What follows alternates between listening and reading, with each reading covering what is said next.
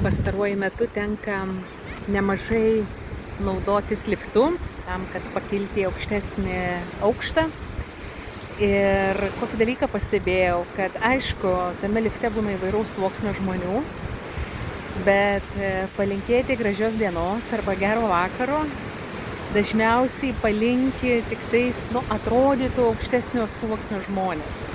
Nužiūri, kas yra lifte ir tada nusprendžia, ar palinkėti gero vakaro, geros dienos arba skanių pietų, skanios vakarienės.